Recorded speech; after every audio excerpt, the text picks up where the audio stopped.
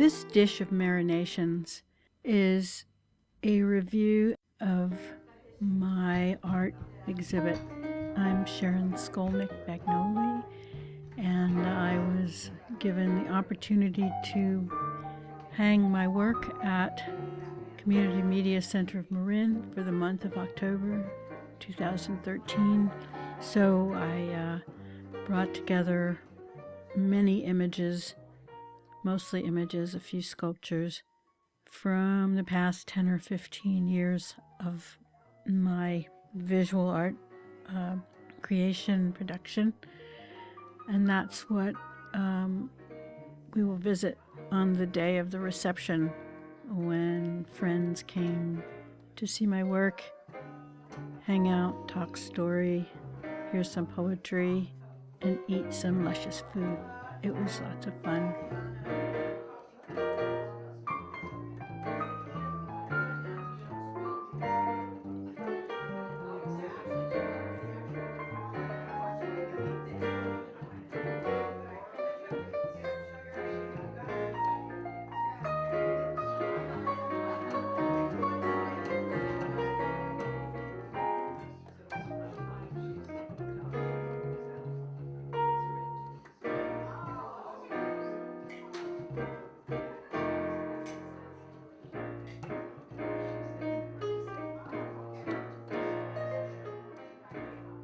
Dream of Truth is a mixture of images that are dream images or subconscious images, and it actually was a painting. It was a large painting, like, I don't know, maybe 3 feet by 4 feet, and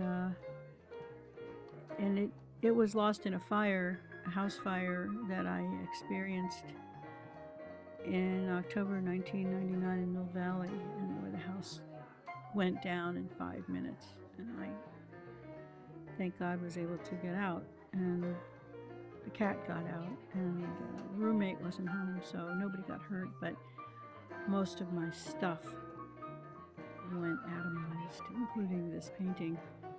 The reason you can see it now is that I had slides, and I had a few metal filing cabinets where I stored things like slides and older photographs.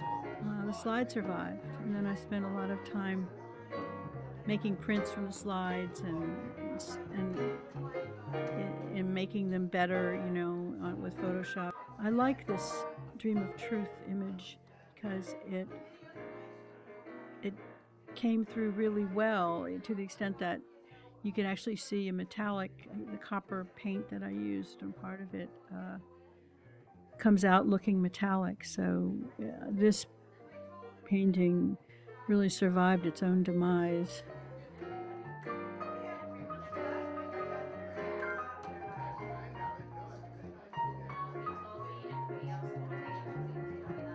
The letter B is an image of a woman, head and shoulders, carrying a bag filled with spheres.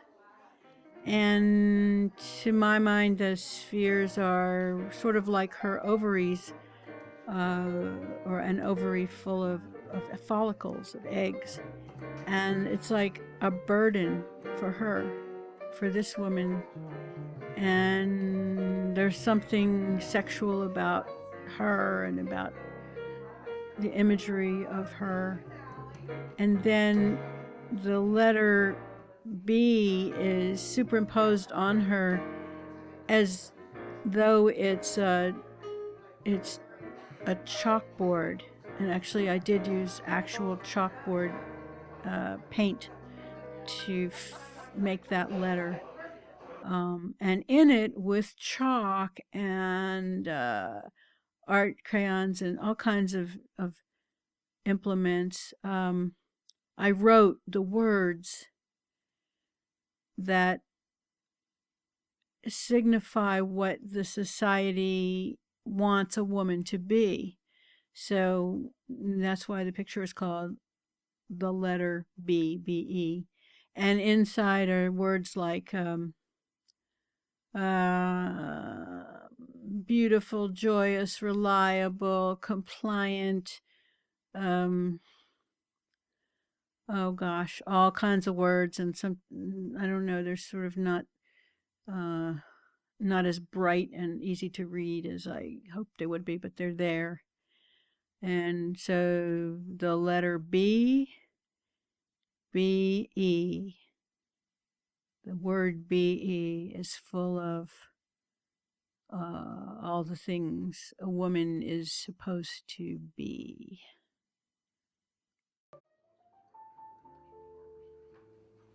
Hello and welcome to the Salon Day, Art Day, me, Sharon Skolnick-Bagnoli, at the show, the art exhibit called So Far So Good.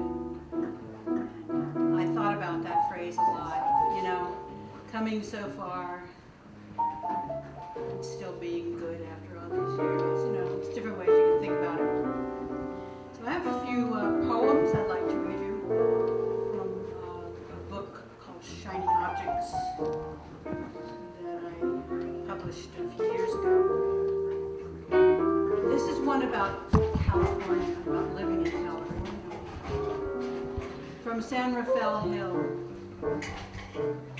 High hill seats, nothing on my mind. Mountain biker plows past on a downhill fling. Peruvian flute sounds. Horn for mountains. Floats. Late November shimmers with unexpected sun. Still juicy with life in the hourglass. I live this discontinuous space lapse movie with only faith or fate as saving soundtrack. Placebo medicine triggers systems. Work path opens up a big hole.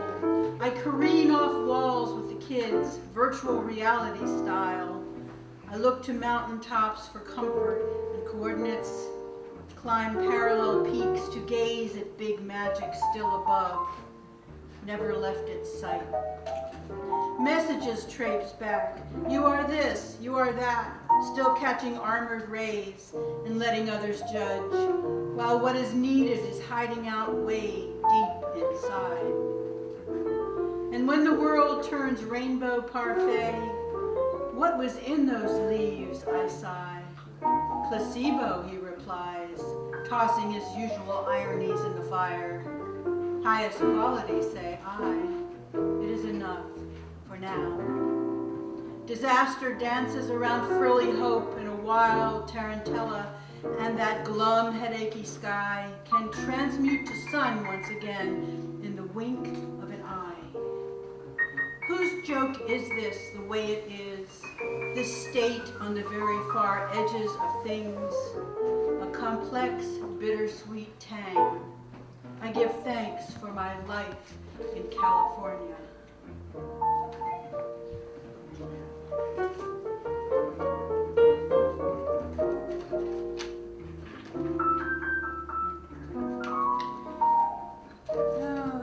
All these little post-its, you know. Ever think about your life being a series of post-its?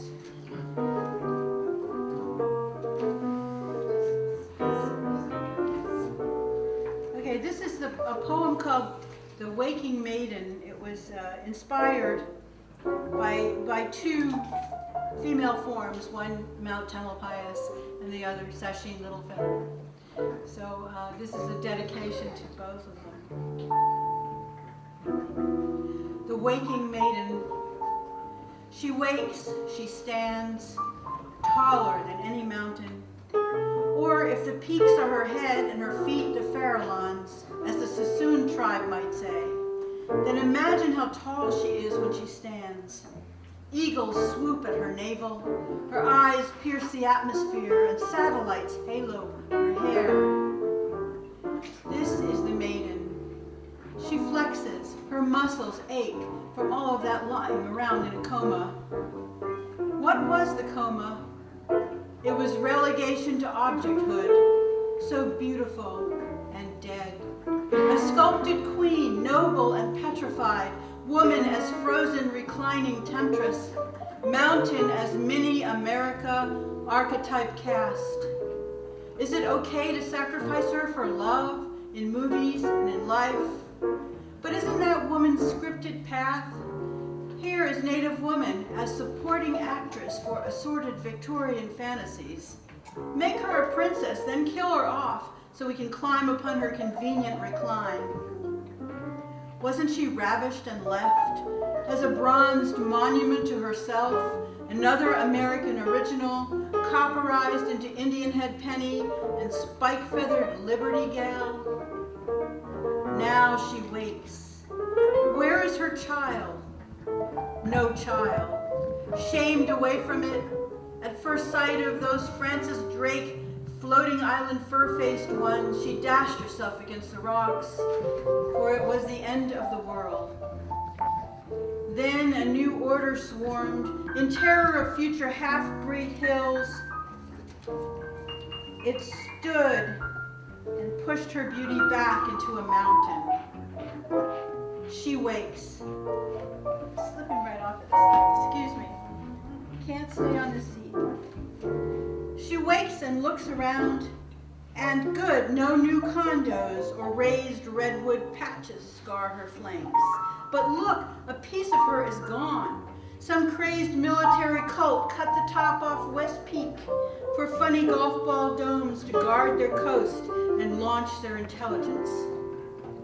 Now she is surrounded by hot air homes, filled with non-Indians pinned down by fat mortgages and tethered commutes. She is not pleased.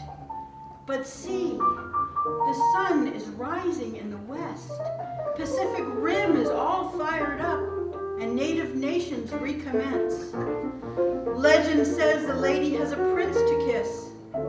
But where are my people, she cries. I'm not your hokey Hollywood Tamalpa, but the very garden itself, birthplace of all, and really just earth like everyone else. Let me down or rise to meet me, don't stop.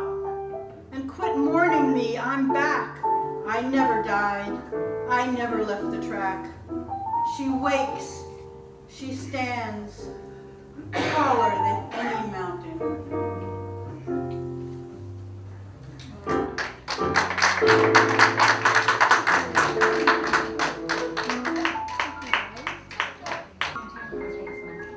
This one is called Mist. Mist, the computer graphics convention with its scintillating pixels, and mist the Sunday syrup that pushes through to Marin headlands, textured in pelicans' wings and wheeling turns. Still more turns on this winding road. I walk, pushing past the demands of clipboard organized group hikes to a lone stroll and slow gallop, hips limbering after week of the money commute and a slight heartbreak. The ocean slurps a charmstone beach with foamy lips. Thick ropes of kelp lie abandoned on the sand. I squat to commune with the kelp. What kept you, I question, so long and strong on the seabed? Its juicy roots show me. They grip a rock still, and a hard pink glue connects them. Galactic glue, I cry, and chip some from my pocket. The Elmer's that holds the world together must grip like love. Love, I mutter as my feet seek bottom in the unquicksand. Love has a grip on me still, and where's the bottom of it? No one to win bread or my heart but me alone, artist of the blank canvas and empty page. Dreamer of maybes, seduced by a feeling I felt once and wanting it back, the whole enchilada or nada. So what do I do but fall for a writer, inspire him, and then wave as he leaves to write his book of 1,000 chapters, and I remain behind, still caught between frames, woman, artist, woman, to stir in my hormones and wander the beach with the beach seaweed and the absent consuming muse.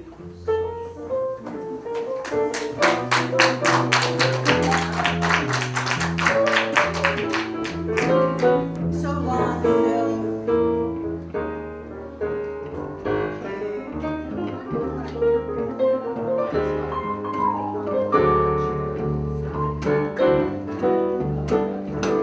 Maybe one or two more.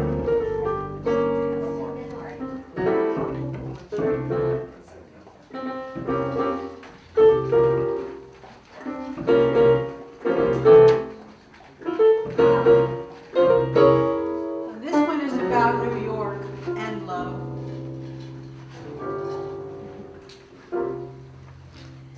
Circular time traveler. Another night traveling with you on the radio. Listening to you, my circular time traveler. On the radio from 2003, playing 1965 when we were there. You saved the tape. The younger you and your guest was him, the poet-singer. And he was not yet with me, but sometime after he was, and I said, change gray to grace in changes. And he did. I know that now. So long, Phil, so long after, and it's like a tiny gift of perfect grace. And you are still here, there, and I hear you there, all the way across the continent on wings of cyberspace, but he is not here or anywhere. Maybe because he fell into the underbelly of the rainbow, and we both love him and miss him and love one another, and the emotions flow sideways, back and forth across the digitized winds. And me, the one who feels she does not feel enough, or like she did, is brought back into your lap and his arms, his lap and your arms, all of us writhing in that transcendental embrace the radio waves us into, and we can only spin our circles closer, and further away. I am sitting here in the far west, and you are speaking there in the back east. Only split-second separation. Only you don't know I am with you. Did you ever know I was with you? Behind the voices are birds and bugs and summer woods. And somewhere Bob and Phil and I are sitting, standing, moving, tall, swirl, spreading our creative fires in safe sex circles around the mind's eye world. I must love you now. I must renew the license to tell my stories as I can and need to do, because the world and I are the same and one and all in cahoots. As deep as death I went, and still I managed to emerge from the drowning waves again in my circle of angels. I wish I could have grabbed Phil by the soul and shaken him sane like I know to do, but not how to. So here I stand, swinging closer and closer to earth, finally getting my oldest dreams fulfilled, and as per usual, wouldn't you know, I push the edges of the dissolving envelope together and apart for more, still more, even more, ever more, so much more and more and more until it's all there is. So you bring me home to myself again, and again, you faithful lighthouse of a man. Your beam comes round again, and I am lit. I kiss your soul, you sing mine.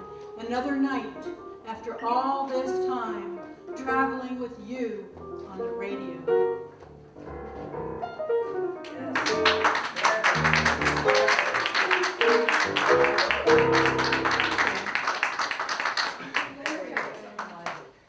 Bamboo boxes. This painting is an experiment. It's realistic in the sense that I painted from life some bamboo culms or stalks that were growing outside our house, and then I extrapolated from that and built something. Actually, I decided before I did the painting to glue smaller canvases onto the larger canvas and work with that spatial disconnect while painting and see what came of that. So what ended up happening is sometimes I would continue the image I was doing and just ride it over the top of the box, and other times I would look at some other piece of bamboo, some other branch or stem, and put it on one of the boxes. So that's what comes out at the end, is this painting I call Bamboo Boxes.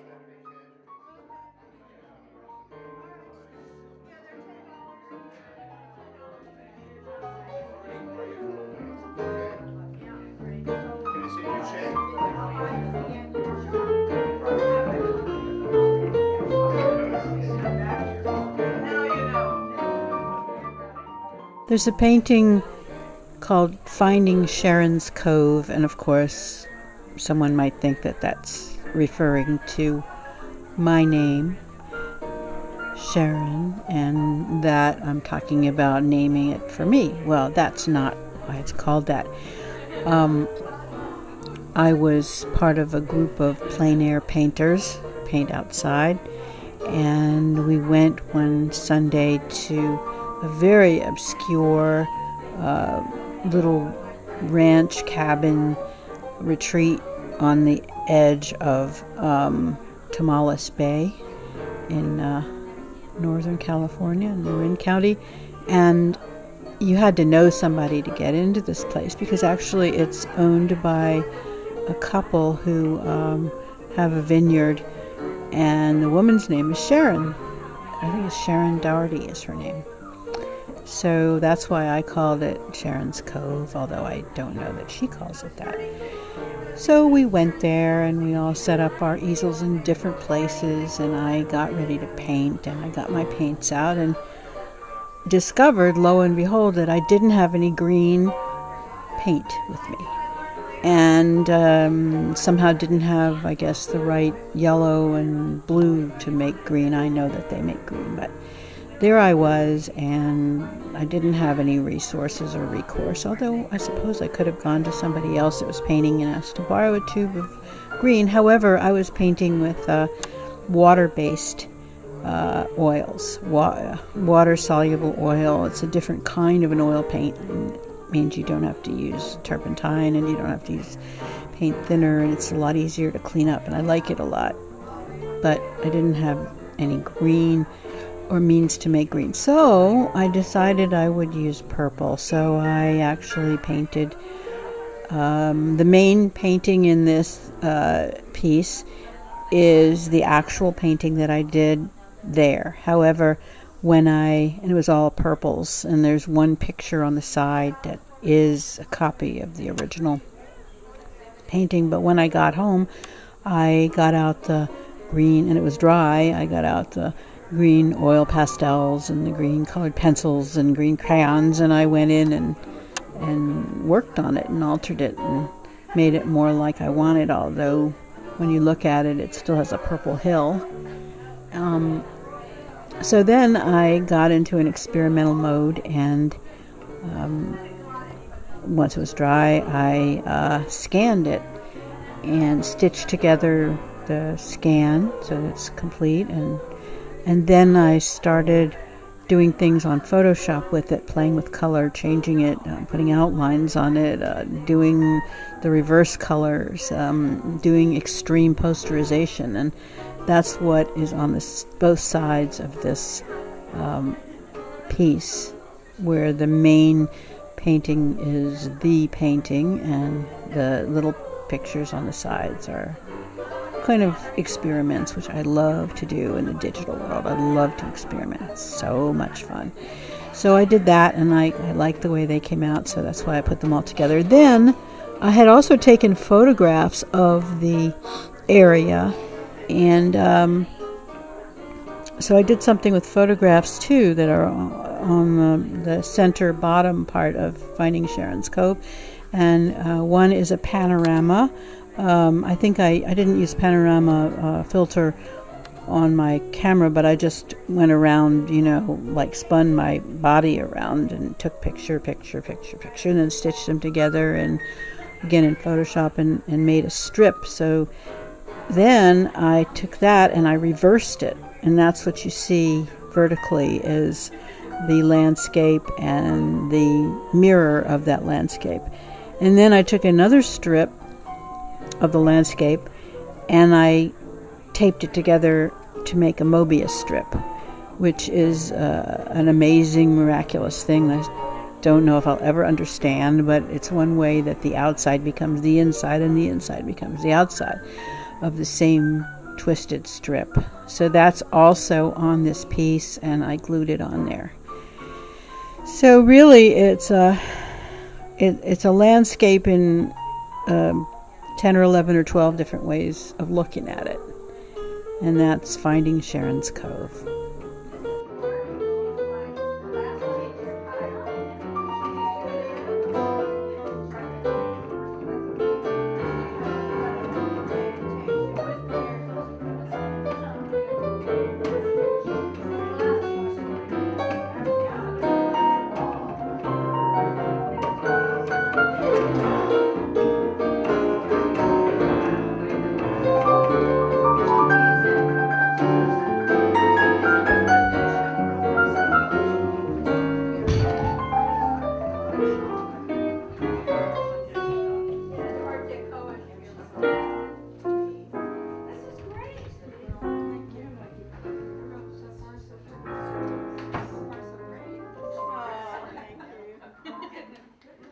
It's so just great to have this opportunity to share my stuff.